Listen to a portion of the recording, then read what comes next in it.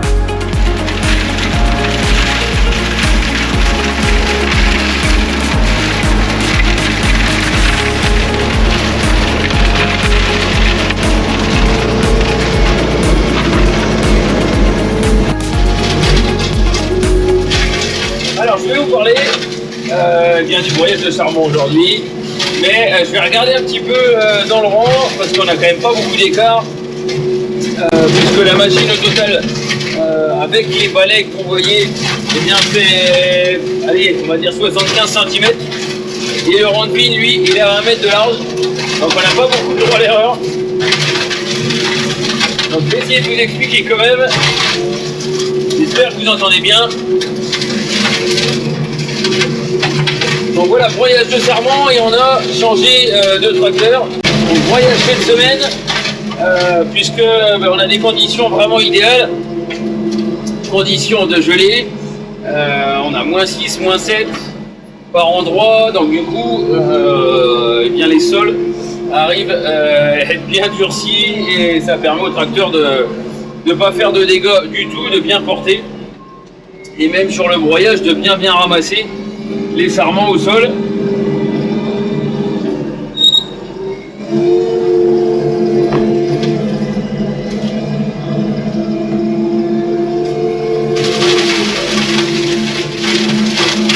Et c'est surtout que comme le broyage est assez long, on est sur à peu près 2h30, 3 heures de travail par hectare. On passe tous les 3 rangs.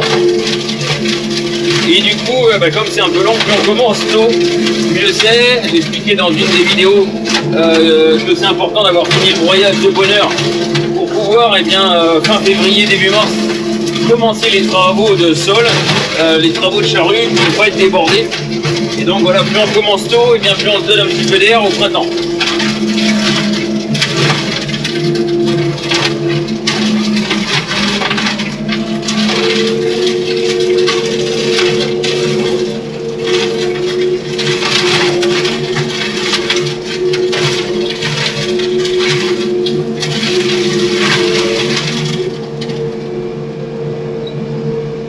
Donc le pourquoi du changement d'enjambeur, tout simplement, déjà pour être un petit peu plus dans le confort, puisque le T140 est quand même un petit peu plus confortable à conduire déjà. Et puis c'est surtout que c'est une affaire de puissance, je dirais, et de fonctionnement. Alors on va couper un peu le chauffage, il fait même un peu chaud. Et c'est donc une histoire de puissance.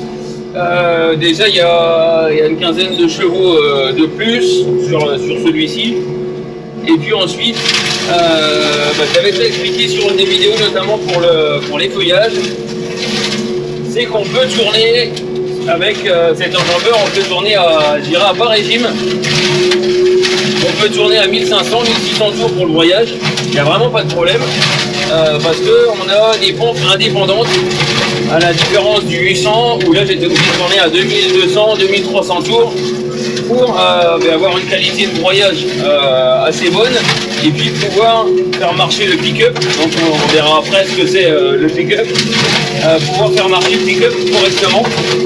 Donc là je suis à 1530 tours, alors on est sur une parcelle qui ne monte pas trop non plus, et du coup le broyeur tourne vraiment bien. On ira voir la qualité du broyage juste après, on est vraiment bien. Et donc c'est vraiment le gros avantage de ce tracteur. Et du coup forcément en consommation, eh bien on arrive à descendre fortement. Hop, allez on change de route.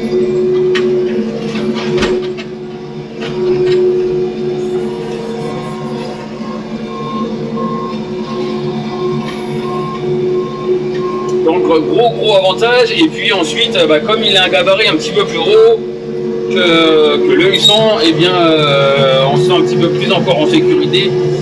Notamment là c'est quand même bien gelé. Et du coup on a quand même tendance à glisser. Donc le fait que le tracteur soit un peu plus gros, un petit peu plus d'empattement, un petit peu plus de longueur, ça permet d'avoir une bonne assise justement sur le sol.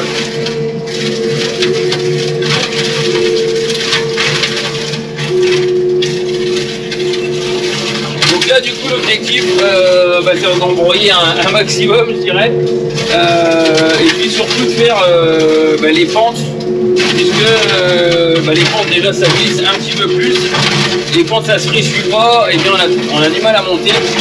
Donc là si celles-ci sont faites, si les plus pentues sont faites, on en a une juste après, si les plus pentues sont faites, et bien ça permet déjà d'avoir fait du bon boulot dans de bonnes conditions et de ne pas abîmer sur tous les sols.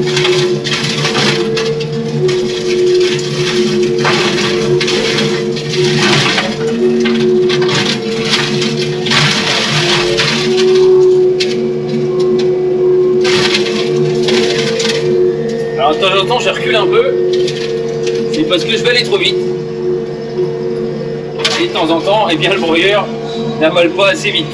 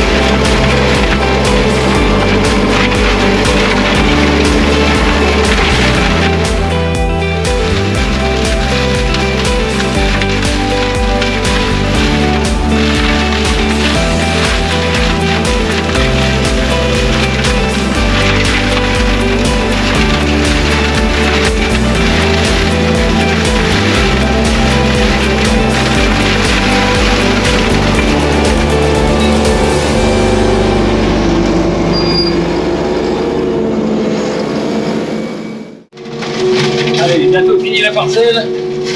On va descendre voir un petit peu le matériel.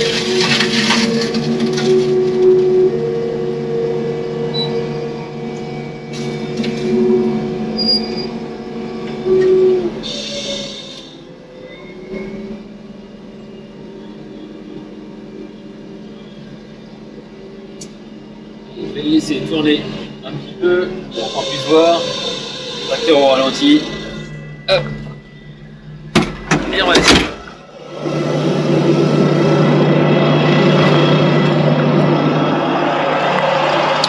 Donc voilà, après passage du tracteur, le résultat. Hop.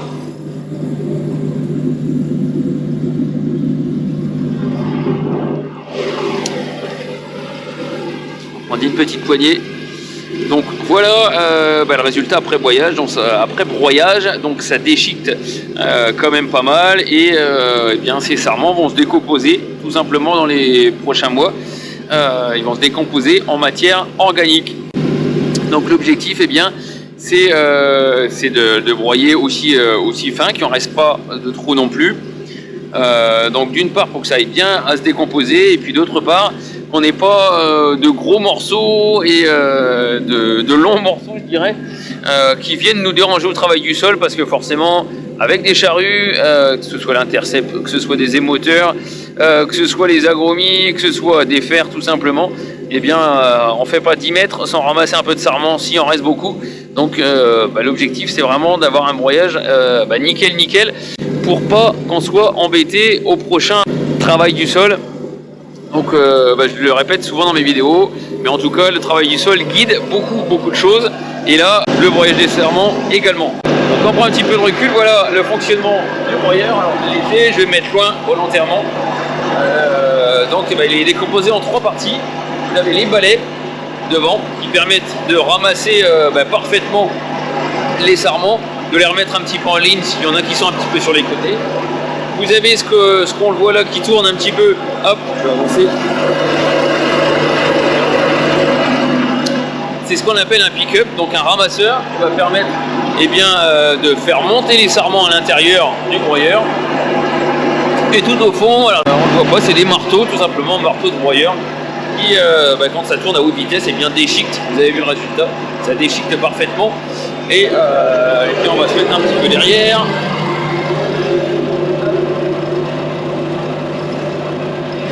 Et donc on voit juste derrière une petite grille, j'approche un peu.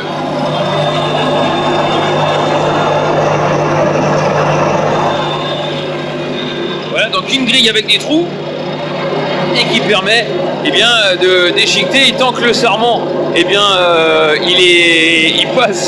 il passe pas dans ces grilles, il continue d'être déchiqueté. Donc les trous sont pas très gros, il y a 3 cm sur 3 à peu près. Voilà, c'est ce qui permet de faire un broyage fin également. Alors côté montage, on a deux moteurs hydrauliques. Un gros ici qui permet de broyer, de déchiqueter, de faire marcher les marteaux, c'est celui qui demande le plus de puissance. Il est branché derrière, juste là, avec des très grosses prises, voilà, pour un gros débit d'huile, forcément. On a devant le pick-up. Alors le moteur il est juste là. Donc il y a une chaîne à l'intérieur tout simplement. Et le moteur du pick-up est couplé avec ici les petits moteurs des balais. Bon, ça ne demande pas beaucoup d'huile. Et puis donc ici il y a une petite molette qui va permettre de régler. Les balais sont indépendants, il y a un débit d'huile qui est indépendant, donc pour régler plus ou moins les balais, plus ou moins la vitesse des balais. Ça c'est pour la partie un peu hydraulique. Et puis après moi j'ai rajouté des petites choses ici, une chaîne de terrasse à l'arrière qui permet de soulager un petit peu le porte-outil. Voilà, et accroché comme ça, accroché sur le châssis du tracteur. Et puis il y a 2 chaînes de terrasse encore ici, avec ici terrage hydraulique avec le vérin qui est là, donc ça permet d'ajuster assez facilement. Et puis j'ai rajouté cette petite chose. J'avais déjà ça sur l'ancien, mais il n'était pas au point. Donc là, j'ai rajouté ce fer plat. J'ai pris sur l'axe du broyeur ici, voilà. Et puis un petit bout de fer plat qui permet d'enfermer. Voilà, je rapproche un peu. Voilà, qui permet d'enfermer et de bien surtout guider, d'empêcher au broyeur qu'il aille de gauche à droite. Donc voilà pour le montage. Voilà pour l'ensemble un petit peu du tracteur. Vidéo assez courte sur le broyage. Alors, on fera certainement au printemps, on sera dans d'autres conditions. Superbe condition déjà pour essayer le broyeur sur ce tracteur là, puisque c'est la première fois que je le prends.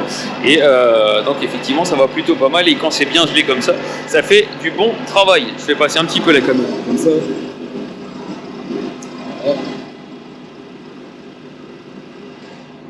Voilà, donc il reste plus grand chose. On va en avoir déjà fait pas mal. Ça a plutôt pas mal fonctionné. Donc je vous donne rendez-vous en tout cas dans une prochaine vidéo. N'hésitez pas à mettre un petit pouce ou un commentaire si vous le souhaitez, j'y répondrai bien volontiers. Allez, à bientôt, salut!